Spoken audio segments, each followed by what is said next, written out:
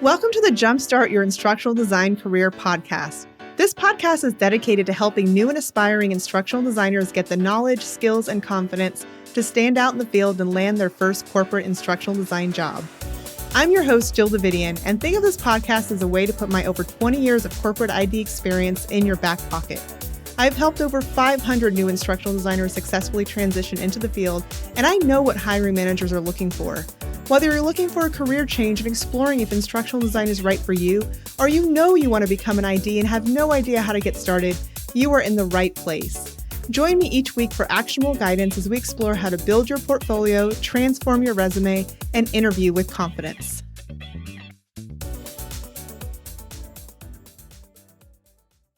Hi, everyone. Welcome back to the podcast. In this episode, I'm covering a hot topic that I get asked about all the time. If you are a teacher looking to make the transition to instructional design, this episode is for you. I talk to teachers all the time that keep hearing that their teaching skills translate well to instructional design and that they have a lot of great skills to bring to the table. But when it comes to putting those skills into ID language, they freeze.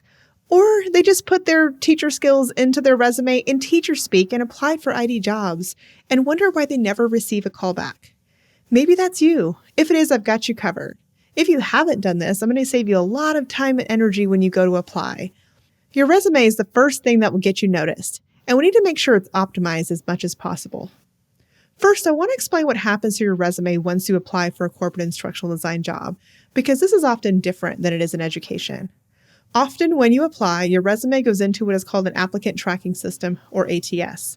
This is a database of resumes for each position, and the recruiter for the position sets it up to filter out for specific answers to questions and specific keywords. This is how they narrow down the resumes they actually want to read. There's no way they can read all the resumes that come in. Now, I've talked to teachers who said that they applied to 3 teaching jobs when they were looking for a new position and interviewed with all of them and then had to choose from one or multiple offers to choose from. Not the case in corporate instructional design. Jobs often have 100, 200, even 300 applicants. This is nothing new and it's not specific to instructional design. It's just how corporate works. Many people looking to transition into instructional design think this is a sign that the market is saturated, but it isn't. It's been this way since I became an instructional designer over 20 years ago. Now, that being said, your resume has to stand out, and you want to get noticed by those automated resume crawlers so that you get into the narrowed down pile of resumes that recruiters and hiring managers actually read, right? Having teacher speak in your resume is not going to do it. So that's what we're going to talk about today. We want you to have the right keywords in your resume so it doesn't just fall into a black hole. Now, there's a couple caveats that I want to make before we get into it. We are talking about how to translate your teaching skills into skills for a corporate instructional design job. This does not apply to ed tech or K-12 instructional design or higher ed instructional design. All 3 of those are very different, and you would translate your resume in different ways. If you're planning to apply to jobs in more than one of those, you will want to have separate resumes. Not separate resumes for every job you apply to, but a separate one for ed tech, separate one for higher ed, and then a separate one for corporate ID. Now, if you don't know the difference between the 3, check out my podcast episode on this topic. It's called EdTech, Higher Ed, and Corporate ID, What's the Difference? That's going to give you more insight as to what the difference is between the 3. Now, to get an instructional design job or contract, you have to have a portfolio with samples that demonstrate you know how to do the things that you are listing in your resume from a corporate perspective. I want to make sure that you don't just think that you can change a few words on your resume and go apply, and that's going to get you an instructional design job. That may get you looked at, but then you're going to have to prove that you know what you're talking about once you get in there in that interview, and they're going to want to see it. A portfolio is a requirement in this field. So I want to make sure that while resumes are very important, and we're going to talk about them today, you don't use your resume to replace a portfolio. Now, I will have episodes in the future that will cover what needs to be in your portfolio, and you can always check to see if I have one of my 5-day free live instructional design jumpstart workshops coming up where I cover in detail what you need to have in your portfolio. If you're listening to this around the time it was first recorded in January 2023, there is one coming up on January 16th, and the link to register is in the description and also in the show notes at learningstrategyanddesign.com/podcast. I run them several times a year, so if it's after that date, there's likely one coming up. Okay, back to resumes. First, I'm going to talk about some general things that you should be thinking about overall. Next, I'll give you a few keywords that you should include in your resume and talk about how they translate to what you do as a teacher. And third, I'm going to walk you through a set of skills, think bullet points on your resume, that translate what you do as a teacher to ID. So first, some general tips. As a general rule, I want you to focus on the curriculum planning and design part of your job versus the actual delivery or teaching of your students. As instructional designers, we are behind the scenes, designing and developing the learning or the curriculum. We typically don't deliver it. That could be because it's e-learning, which means no one is delivering it and it's asynchronous, or it could be because we're designing learning for someone else to deliver it. It's usually a trainer or someone with knowledge of the material like a subject matter expert. We just design it in a way that is engaging and appropriate for the audience, but they go through and deliver it. So think of everything through that lens. Second, corporate employers are not going to care about what you taught, meaning if you taught history, government, etc., you can leave that out. They don't care about the number of learners either. They also don't care what state standards your curriculum aligned to, and they don't even care what grades you taught. So don't worry about putting those things in your resume. Third, when you're putting job titles on your resume, people sometimes like to get creative and call themselves an instructional designer for their school because they did design curriculum even though their official job was teacher, or they want to use some fancy facilitator or curriculum designer title. Unless that was actually your official title, don't. It makes it look like you're making something up and trying to be something you aren't, and they can usually see right through that. Also, many corporations do reference checks using third parties where they will check with your previous employers to verify dates of employment, titles, etc. And if your title doesn't match, it's a red flag. One time an employer did that to me, and I had put instructional designer for my title when it was actually senior instructional designer, and it got flagged, which is so silly because they're basically the same thing. I just explained it and it was fine, but it still got flagged. So you see what I mean. Just keep your title as teacher. You could even probably use educator, but don't get too fancy. And I really would probably stick to your official title. All right, so now we're going to talk about terminology. These are keywords that should be on your resume somewhere, unless you really didn't do anything with regards to these keywords. But if you did, you want to make sure that you include these keywords on your resume. When you're talking about creating curriculum, try to use the terms design and develop as much as possible. You designed curriculum, or you developed curriculum, or you designed and developed curriculum. You can use create if you're running out of verbs and you've used design or develop a few times already, but don't only use create. Now, when you refer to the delivery part of teaching, which you can and still include, even though I said to focus on the curriculum planning, you can still include that you did the delivery part as well. I would say that you facilitated or delivered rather than taught. And I would say that you facilitated instructor-led training or ILT. That means you delivered in-person training, which is what you do in the classroom. You're in person and you're teaching. And so you facilitated instructor-led training. The short version of that is ILT. Now, if it was virtual and you were live with your students, everybody was on at the same time, but you were all on Zoom or some other tool like that, and you were delivering learning that way, like maybe during COVID, that would be virtual instructor-led training. So the cool thing about it is a lot of teachers got that experience during COVID, even if it wasn't fun, and you can now put that on your resume. Please put that on your resume because I know it was not easy to go through all the things that you guys did, and so I want you to highlight that. So remember that virtual instructor-led training is still synchronous, meaning everybody is on at the same time, but virtual. Now, a quick tip. The first time you mention either of these terms in your resume, spell them out completely. So say instructor-led training, virtual instructor-led training. After that, you can refer to them as VILT or ILT in your resume. Most everybody knows what those acronyms mean, but you just want to make sure that you start spelling it out. Now, if you have created lessons that your students did do on their own online, where you were not there delivering anything to them, you can call that e-learning. Now, this is loose as e-learning really has a pretty specific meaning in corporate, which is really not what you had your students do online, but I'm giving you permission to include this. As you can probably tell, I'm very real about what you can include in your resume and what you shouldn't. And I wouldn't tell you to do this if it wasn't acceptable, but I just want you to know that if you do include e-learning on your resume, just know that corporate e-learning is different. And so if they ask you about it, just make sure you have that in mind. Now, if you designed any quick lessons that are maybe 5 minutes or less, like a video, a quick activity, a cheat sheet, or some kind of resource for your students, that is called microlearning. Microlearning is any kind of short learning nugget that doesn't follow any prescribed format. Companies often need quick hits where their employees can learn a tip or a trick quickly with their limited time and short attention span. So think all the things that you learn on TikTok. That's microlearning. And that's a keyword that should be on your resume. Almost all teachers I know have done some type of microlearning for their students. Now, when you create a lesson that combines two of the methods I just talked about, that is called blended learning. So let's say that you designed and delivered a lesson live in class. So that's instructor-led training. But you also created a quick cheat sheet or worksheet for your students on that topic. That's microlearning. So now you've done microlearning and instructor-led training together.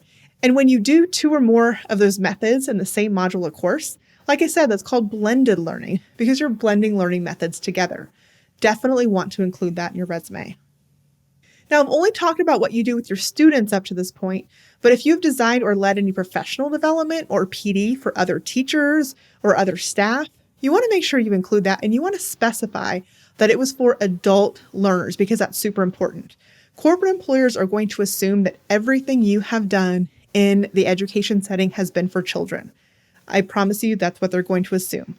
So you want to make sure that if you have done anything that was not for children, that you make sure to highlight that. Even if it's informal, if you created some resource materials for others in your department, I would include it. The next thing I want you to think about are collaborations that you did with others at work.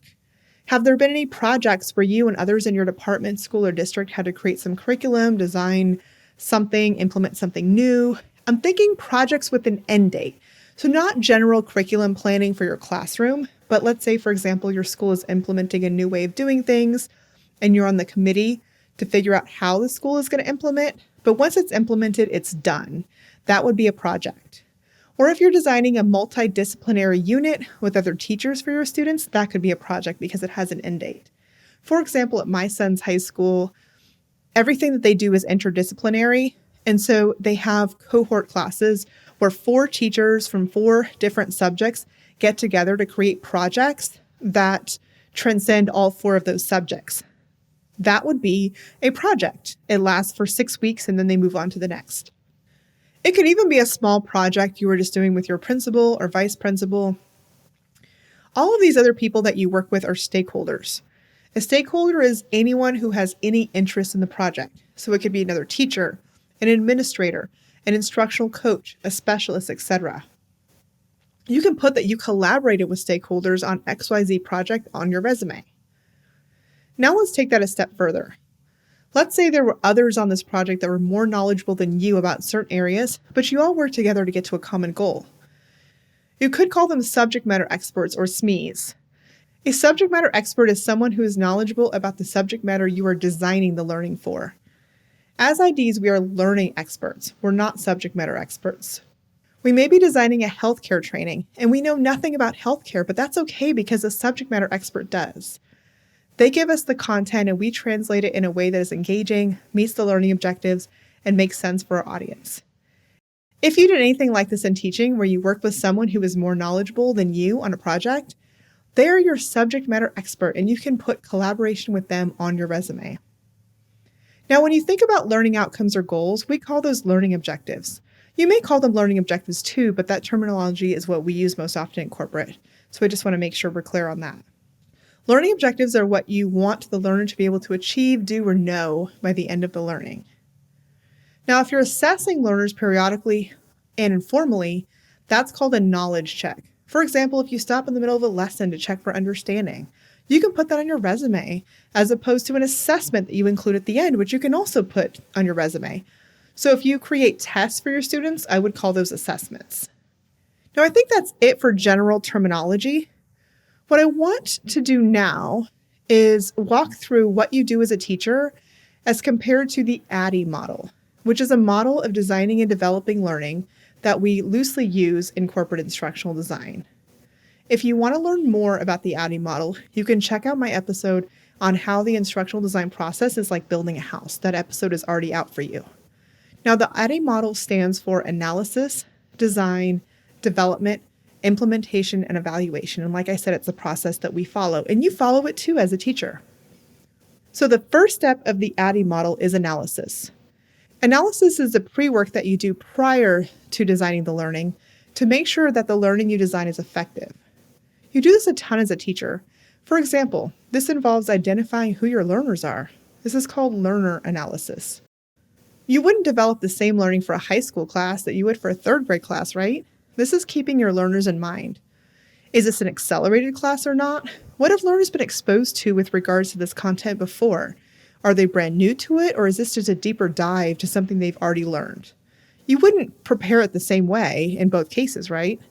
Have you taught them one way in the past and that didn't work, so you're not going to try a different approach?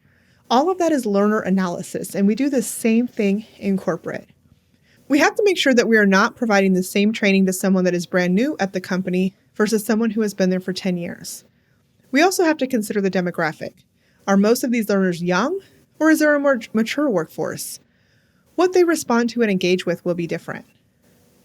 So next, after learner analysis, we do needs analysis. And they don't have to be done in this order. But this is identifying the gap or need that we need to fill with this learning. So in teaching, you're identifying the gap in your learner's knowledge when you create this new learning. In corporate, we're looking at current state, which is what they're doing now, and future state, which is what we want them to be doing in the future. That is the gap or need. For example, it could be as simple as this training is for new hires and the gap is that they're new, that's it. Or it could be existing employees that are not performing well, so there's the gap. Or maybe there's a new procedure that just got implemented that needs to be learned. Employees don't know about it because it's new, hence the gap. That could translate to education if a new standard is introduced and you have to adapt your lessons or develop new ones for that standard. After we've identified the need and we know who our learners are, we move on to the next phase of ADDIE, which is design. This is where you're going to spend most of your time and most of your bullet points for your resume. This is where you're actually designing your curriculum or lessons. So whereas on a teaching resume, if you're applying for another teaching job, you may expand on the actual teaching bullet points, you're going to want to expand on the design or curriculum planning bullet points, and then the teaching bullet points are going to be much more succinct. So when you think about this, you plan out how your lessons are going to flow, you establish learning objectives or learning outcomes for what you want your learners to be able to accomplish, you make sure that there are engaging learning activities included, you make sure that your learning objectives align to the content, you're actually teaching them what you want them to be able to get out of this lesson, and that they also align to the assessment because you want to make sure you're assessing them properly as well. We do the same thing in corporate. So this is your time to extrapolate bullets around the things I just mentioned using phrases like designed curriculum for X, aligned learning objectives to assessment, created engaging learning experiences. You could talk about designing micro-learning or e-learning or instructor-led training or virtual instructor-led training to close learning gaps, or designing learning tailored to a diverse set of learners. Those are all bullet points and language that you can use, and you can adapt that to what makes sense for you. Next is development, and this is where you talk about actually putting your lesson plans into practice through teaching. So I would use the phrase facilitate or deliver rather than teach, and I would call it instructor-led training, as I said earlier. So you facilitated instructor-led training. Now, evaluation is the last piece. This is also something that you do because you have to evaluate your learners and what they've learned.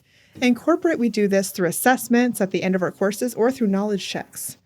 You can have bullets here about creating assessments that align to objectives, as I said earlier, or about evaluating learners to gain insight on how successful the learning was.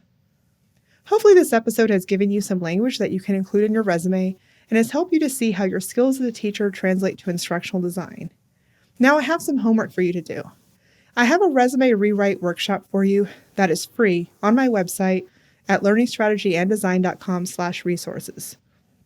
That worksheet will guide you through the process of highlighting and rewriting your skills for your resume. So I would go ahead and download that worksheet so you can get started on that today. If you're enjoying this podcast, follow so you don't miss a thing, and rate and review so that others can benefit as well.